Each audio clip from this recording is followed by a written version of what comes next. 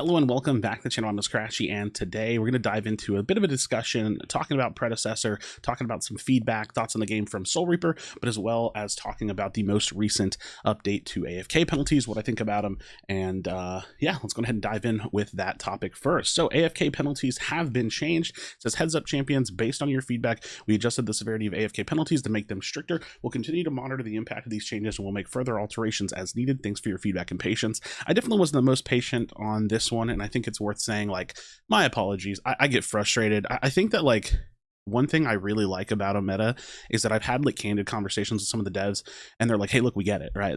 And so it always, you know, it's always going to come. My feedback, my frustration is always going to come from a place of like giving a shit about the game. So I wasn't super patient with these, but it was, man, it was happening.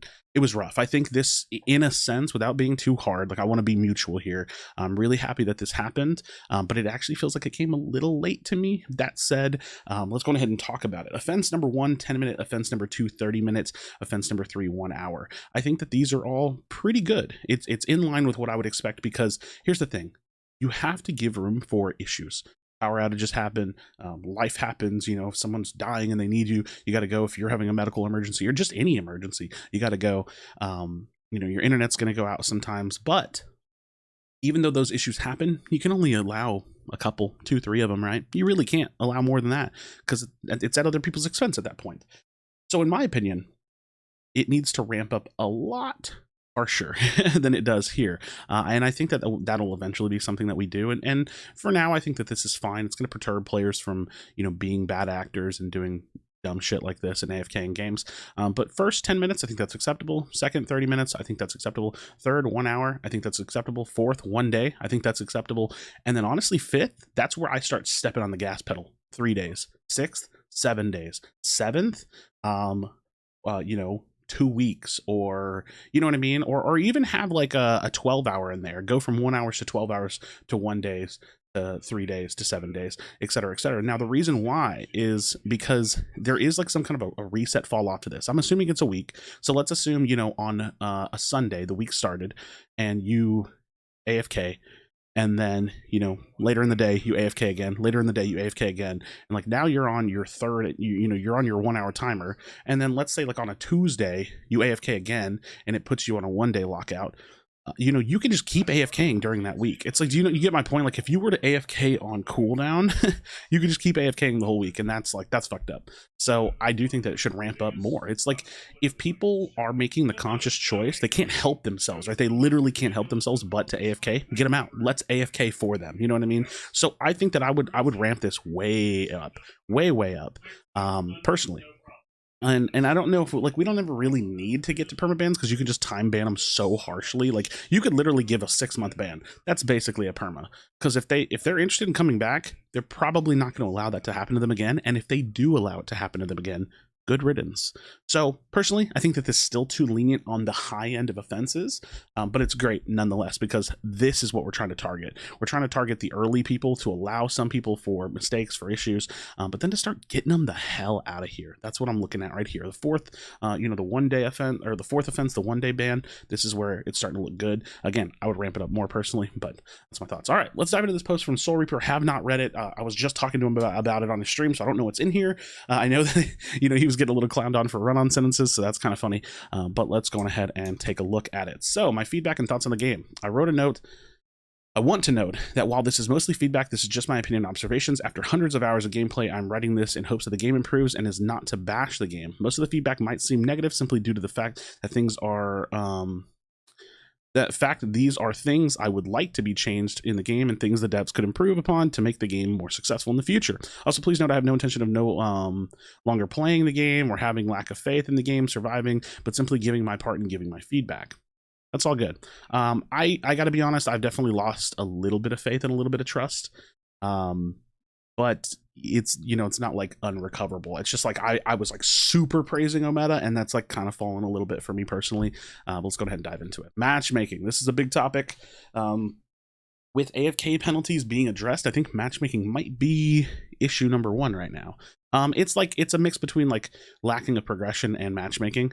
Lacking progression, it's like we know that just needs to be developed. Matchmaking, since there's technically matchmaking in the game, like they have some kind of matchmaking, it feels like this could be issue number one. So a lot of players seem to complain about poor matchmaking, but I think one of the biggest issues with matchmaking is the punishment for simply playing with friends. Absolutely agree.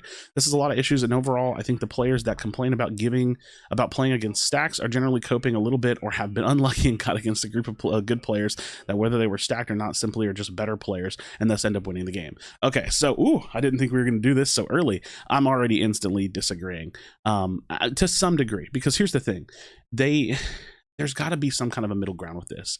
The kind of like inflating your MMR for stacks was kind of in response to solo queue players running into stacks. There was literally like a week where every game I played, it was nothing again but good stacks, and I couldn't play the game. I literally couldn't play the game because, dude, I want to say that the players at minimum were on my skill level. Like, these were other like competitive players, like players that I know in the community, people that I'm in discords with and stuff. I can't beat 3 or 4 of them or 5 of them alone. I can't do it. So this is not just cope about me losing to people that are better than me. It's like cope about me being paired with, like, you know, Bill, Bob, and Joe, and Jen, versus, you know, like a competitive team, or like, you know, some culmination of like reasonably competitive players. It's just not going to happen. I would never beat those players ever. And that's not true, not never, but you get the point. Like, it's super low chances. So if the matchmaking is like that, I'm just not going to play, because that was an issue that I had a while back where I just couldn't play the game because the matchmaking was so poor for solo queue. So the problem is they inflate the MMR for groups, and now it's created this secondary issue where, you know, you can't even play with your friends. And I don't have this issue because I don't play with friends, but I know it's an issue and I'm not going to ignore it. So this is an issue, and this is what I think needs to happen. I think that the inflating MMR needs to happen based on like your current MMR. So maybe like the higher you are as a group, like if that group is huge, it inflates the shit out of them.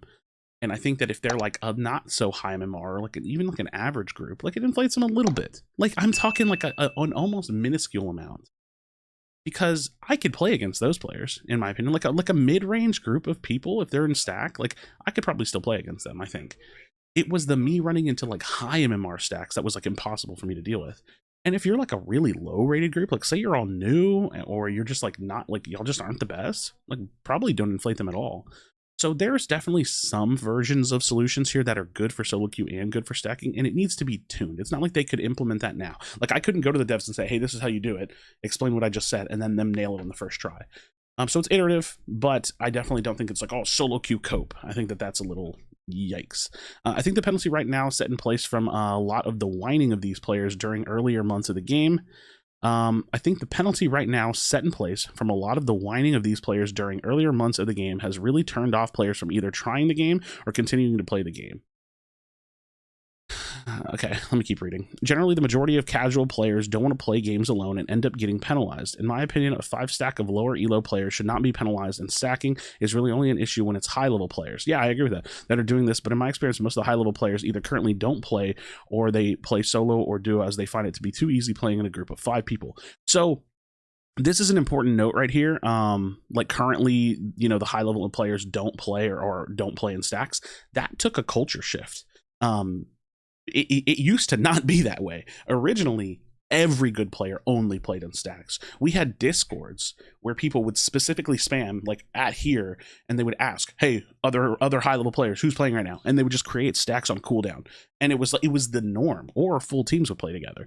So I think that now maybe we could see a bit of a culture shift with that, but it's like, it's player behavior. Like the system doesn't know what player behavior is, right?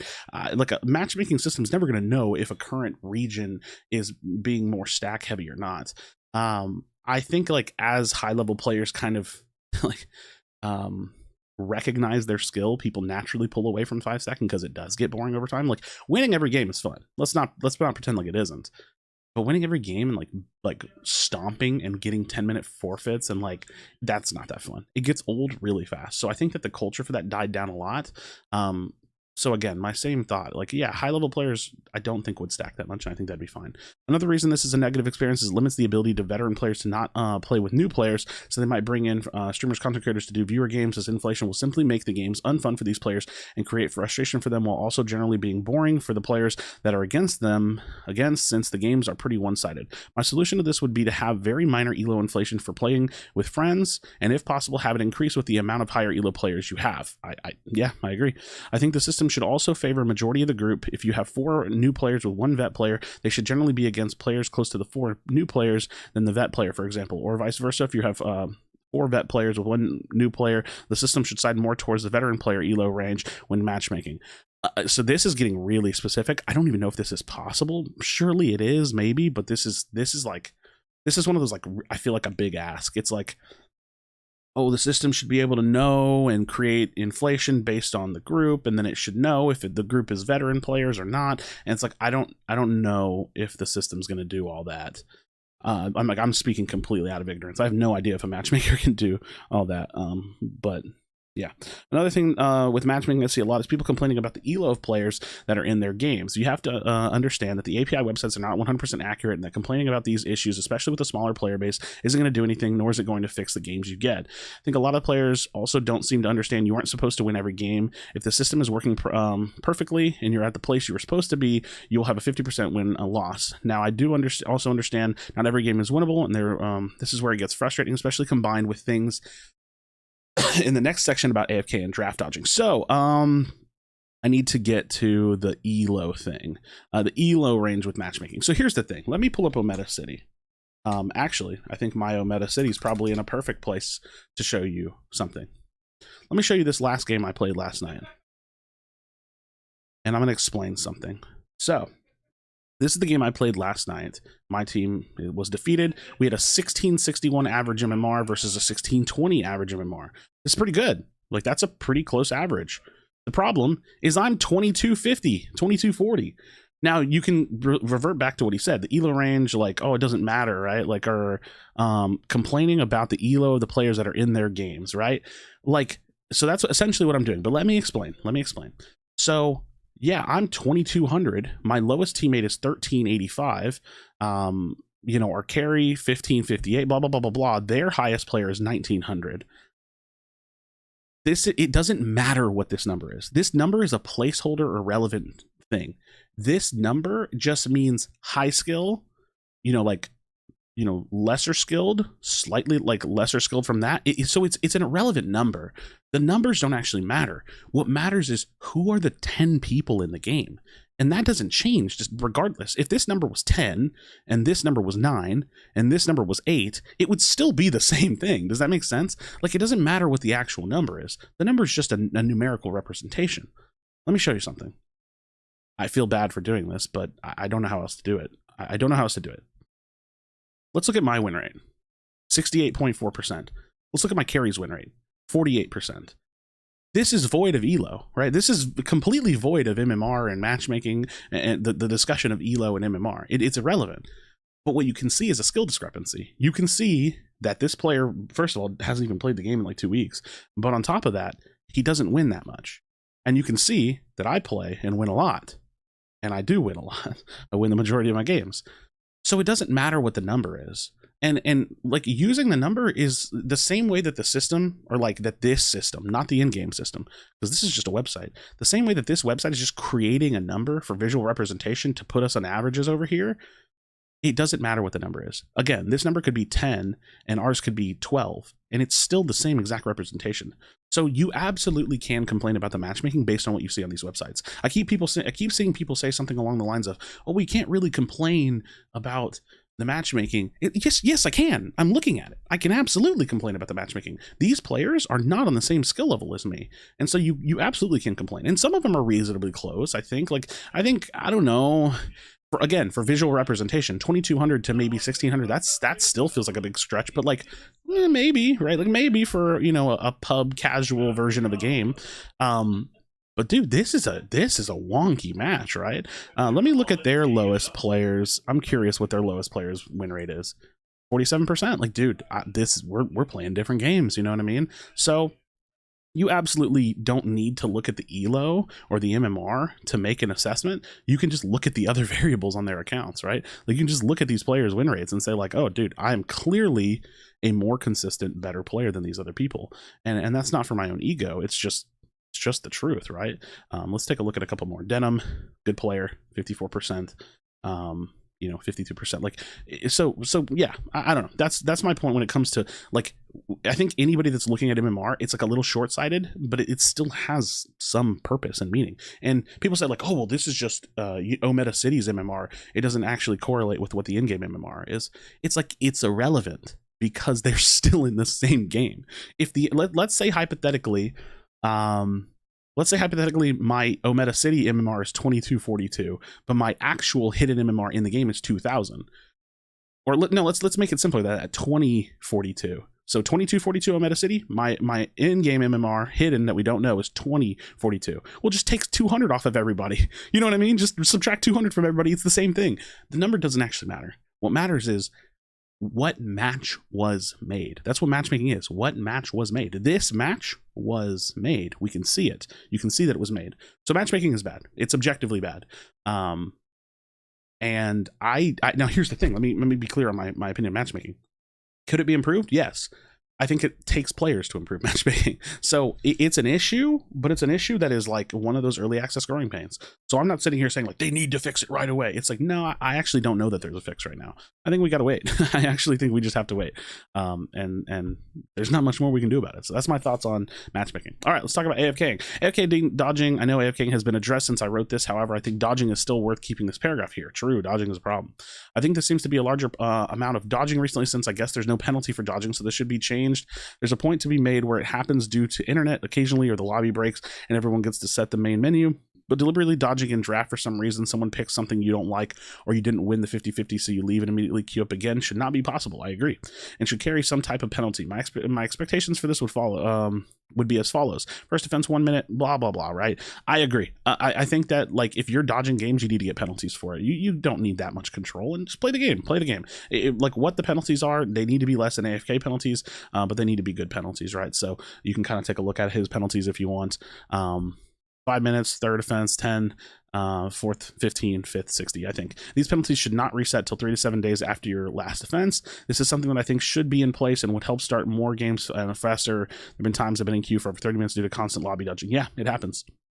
I agree with this. 100% agree with this. Now, I'll talk about AFK, since there seems to be a resurgence in the community talking about players leaving games in AFK now. This should never be encouraged. And in my opinion, the penalty for leaving games should ramp up faster than what it currently does. The first or second time it happens, it gets, I get it, sometimes people have issues, absolutely. The internet, I'm okay with being like 10 minutes, 15 minutes, but sure, the third offense needs to seriously ramp up quickly to 1 hour, in my opinion, and then the fourth should be 4 hours, then 12 hours. Yeah, so his even gets like a little bit more lenient than what they've done, which me and him actually talked about this on stream, I think yesterday. So this is what the AFK penalties are. Like, he said like 12 hours, then like 1 day, I think. What did he say just now? Yeah, finally the sixth offense should be a 24-hour penalty. No way, dude. Yeah, sixth offense, 24-hour penalty. No way. People will just AFK every day. They could, like, so I don't agree with his leniency here. Yeah, I don't agree with the leniency personally. These penalties should not reset for anything less than 7 days. I agree with that. Last offense penalty ended. I'm usually against anything longer than 24-hour penalty. However, it seems to be a chronic problem for specific players. Then they should have further action taken against them with something like 2-week suspension. That's more for the moderation team to handle, and not something that can be automated like a penalty system. See, I disagree. I think you should treat everybody equally when it comes to AFKing. Like, instead of needing someone to look at someone's account and see if they're chronically AFKing, put it in place to where they won't do it. Again, the reason why I'm so harsh on AFKs is because it's a win-win for us. If you're harsh on them, two things will happen. I loved it. I love saying this. It makes me feel so good inside. They will quit quitting. They'll quit doing it because they're like, shit, dude, I keep getting banned. I want to play the game. They'll quit quitting, or they'll quit the game. Both of these are good for us. If you're a player that plays the game and doesn't quit, both of these are good for us. If Billy, Bob, Joe, Dan, he's so blinded with rage, he's such a loser I'm sorry, I just got a shit talk, right? It's nobody real. If he's so blinded with rage and he's such a loser that he can't help himself, he literally has no self-control or discipline in his life. And, oh, well, this team sucks, and he just AFKs. Get him the fuck out of my matches. I never want to see him in games again. If this guy can't help himself but to AFK 6 times in a week, get him out, dude. Get him out for months. Say, hey, look, dude, you got no self-control. You're not adding to the community of players that we want in our game. You are not bringing a good experience for your teammates or your enemies consistently. If someone is capable of exhibiting that negative behavior so frequently within a small time set of 1 week, get them out. I'm serious. I literally believe, like, ban them for a month. Give them that month or 3 months. If they can come back and they can actually be a good community member, cool. But leave it in place. Leave it in place harsh. Get them out, dude. And people are going to say, oh, well, the game doesn't have a huge player base. Yeah, but like, it's always going to come down to like when the game has a bigger player base. So I don't think you really care about that right now. Get out the bad people so the good people have fun. I think that's really, really important. I also think the general appearance of AFK is slightly blown out of proportion. In my games I've played, generally an AFK happens less often than some people make it out to seem when they say it's every other game. Usually there's more memorable games in recent memory due to a lack of matches being kind of one-sided and forgettable as opposed to someone leaving. I think that this is good logic, right? Like, people are like, oh, dude, it's every other game. I've even said it's not every other game. I get an AFK, or was getting an AFK every 4 to 5 games. I did a stream where I played 6 or 7 games on stream. I had 2 FKs on that stream. It was consistent enough for me that it was a problem. But I think that with these kinds of issues, you're gonna get people that blow it out of proportion and do that. They're gonna do it with matchmaking too. Dude, the matchmaking's so bad. I get people that feed every game. It's like, yeah, but what about the games that you win where the other team feeds too? So it's like, he is right in the logic of this, but like, for me, for example, like me being one of the big advocates about AFKing being an issue, it was not blown out of proportion. It was super often. Oh, say bless you in the comments.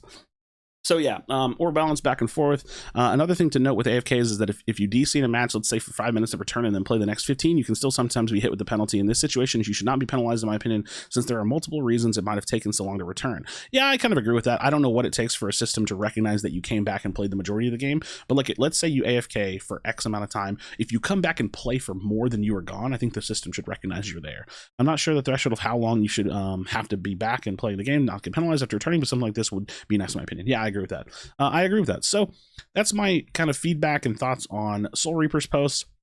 I don't want to be lenient on AFKs. I think you got to action them harshly and kill the culture. I think to me it is about, you either allow it to happen or you don't allow it to happen. We've taken a nice step to dissuading and perturbing people from acting this way, but it may not even be enough. But we'll see. We'll see in time. And it can always be adjusted, so I'm not really worried about it. I'm really glad that they took that step to do so. I do think we absolutely need dodge penalties. That's just a thing, right? Like, it's people are acting crazy out here dodging games they don't want to play or whatever. That's just silly. And yeah, matchmaking definitely needs some iteration. Again, you can see it, dude. You can literally see that matchmaking is a problem. This is a problem. It doesn't matter what the number is. This game is a problem. And when it comes to playing with your friends, it's a problem. So we need the stack MMR inflation to be tweaked. That's just the best way of saying it. Like, it needs change. I can't say exactly how. We need solo queue MMR matchmaking to be tweaked, but also we're playing, again, this is important, we're also playing casuals. So like, it could be open a little bit. This is kind of crazy to me.